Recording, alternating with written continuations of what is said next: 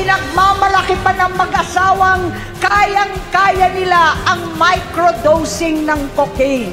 Hati-hatiin daw para 4 na beses sa isang araw. Hindi mabibisto. Mas lumala ang kanyang pagkalulong sa droga.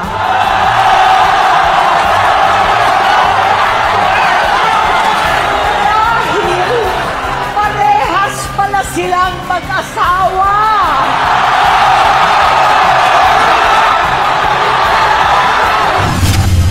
Ako po ang magpapakilala sa inyo sa susunod na magsasalita.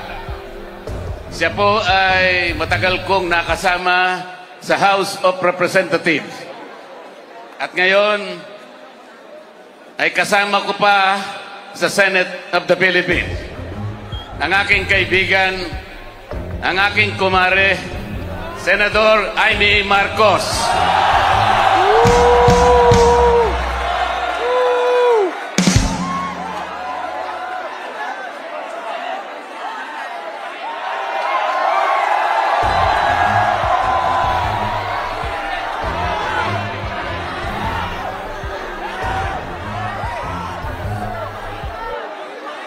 Magandang gabi po sa inyong lahat, mga mahal na kapatid. Ka-Israel, ka-Bien, ka-Erds, ka-Arnel, lahat ng ating minamahal na kapatid. Higit sa lahat ang classmate ko mula Congress hanggang Senado, Senador Manong Dante Marcoleta.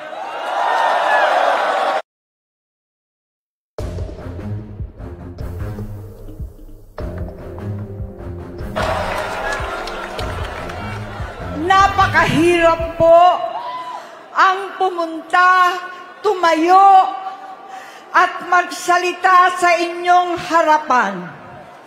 Pero noon pa man, alam kong walang madali kapag ikaw ay Marcos.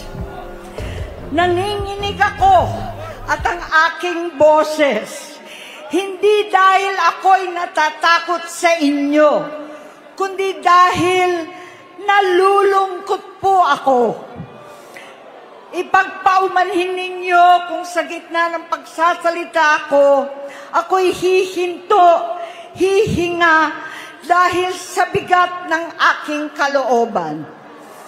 Pero hindi yan ang dapat kong ihingin ng paumanhin. Hindi yan ang kasalanan ko sa bayan na dapat ihingi ko ng tawad.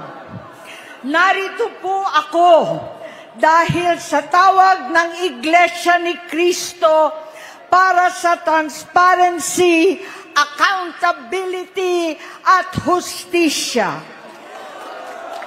At dahil sa tawag ng sarili kong konsensya, bilang senador, bilang kapatid, bilang Pilipino. Bata pa lamang kami ni Bongbong, alam na ng buong pamilya ang problema sa kanya.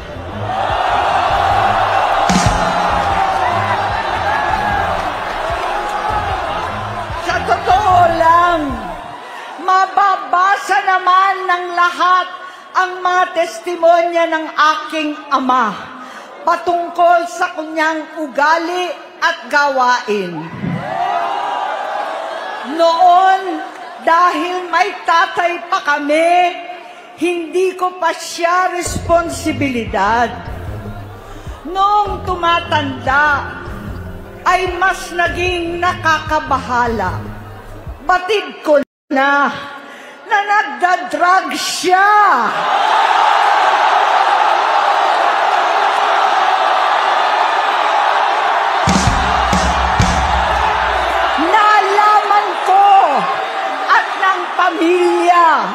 Nalaman ng pamilya, seryoso ito. Minsan, Kami ng Presidential Guard at Metro Gompa ang naglilinis tuwing nagpa-party po sila.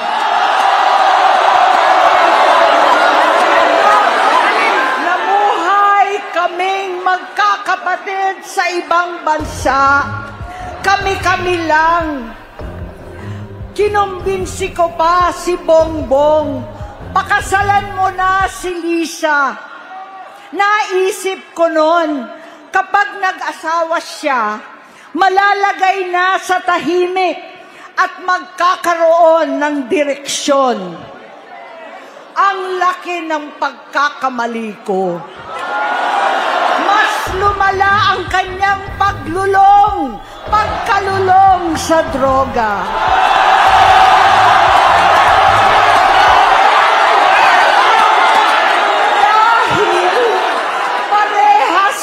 Silang mag-asawa.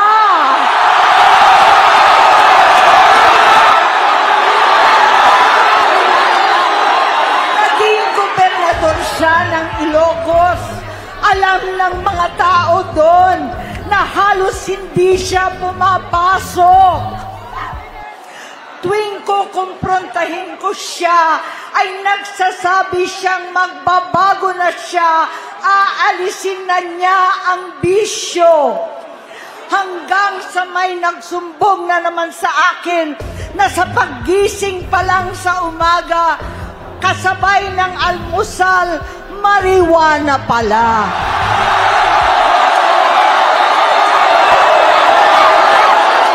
Maghapon sila. Lahat sila nagiinuman at gumagamit ng cocaine. Kasama ng asawa at barkada. Tulad ng ama ko, kinastigo ko ang mga barkada niya. Ang nasirang si Bong Dasa, si Edvi Cruz, Inigo, Tony Boy, Sap Anton, alam po ninyo yan. Paano nagre-resign na sa takot ang mga pulis nila at staff dahil sa lumalalang bisyo. Inayos ko sila dahil gusto niyang ituwid ang buhay niya. Gusto niyang mag-vice-presidente. Hindi siya pinalad at lalong nagkaroon ng oras para sa bisyo. Simula noon, naging malabo sa amin ang lahat. Kaysa mag-away, bigla na lamang lumayo ang loob namin sa isa't isa. Noong 2016, kasabay ng kampanya ni dating Pangulong Duterte laban sa droga, lumabas ang pangalan ni Bongbong sa listahan. Nakasama siya sa listahan ng mga celebrities, mga artista, Maricel Soriano at iba pa. Masinsinan kong kinausap si Pangulong Rodi.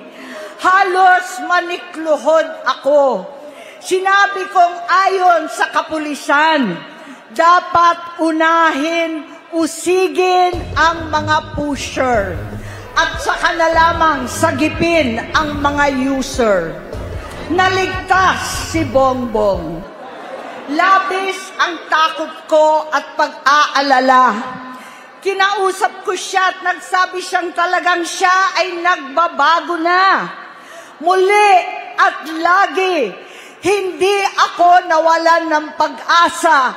Ako'y naniwala ulit.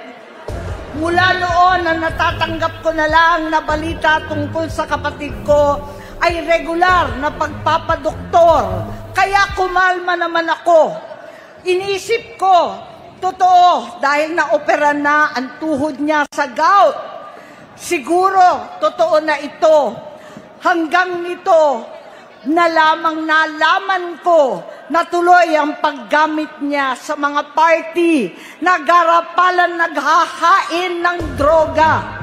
Pinagmamalaki pa ng mag-asawang kayang-kaya nila ang microdosing ng cocaine. Hati-hatiin daw para 4 na beses sa isang araw. Hindi mabibisto.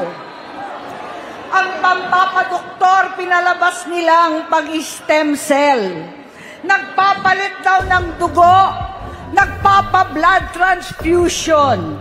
Kayang-kaya raw, hindi ko maintindihan ang pinagsasabi.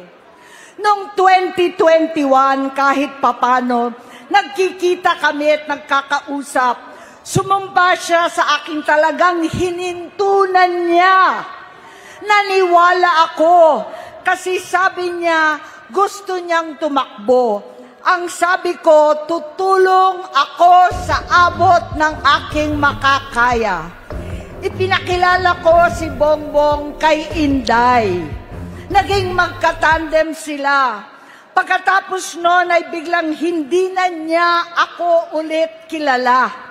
Kahit si Inday, nagtataka, bigla ako naitsapwera. Kahit ganon, nangampanya pa ako para sa kanya, kahit si Inday na lang ang aking nakakausap. Hindi ko alam bakit ako nakaban sa headquarters nila sa Mandaluyong. Hindi ko alam bakit walang nagre-report sa akin tungkol sa kampanya. Sa totoo lang, masakit mang aminin, nung dinidisqualify na siya, halos papaboran ko na sana dahil may nagsumbong sa akin mula sa kanyang campaign team na gumagamit na naman siya. Nung sinabihan ko, siya at mga taong nasa paligid niya, nagkaisa silang tuluyan akong alisin sa kampanya na ako naman ang bumuo. Sinabi nilang gusto ko na siya ay ma-disqualify para ako ang pumalit. Hindi totoo yun. Iniisip ko ang kalagayan ng aking kapatid at paano siya magsisilbi kung ganyan ang kalagayan niya. Pero pinaparating sa akin na hindi siya lulong at minsan na lamang tuwing nagpa-party. Hindi ko maipaliwanag bakit gusto kong maniwala at hindi mawalan ng pag-asa. Noong nanalo siya, naging pinakamalayo na kami sa isa't isa. Maliban sa opisyal na tagpuan at kapag pumupunta yung nanay namin, hindi ako sumama sa loob ng 3 taon dyan sa Malacanang. Dahil lantara na doon ang inuman, ang paggamit nila ng cocaine at mga bawal na gamot.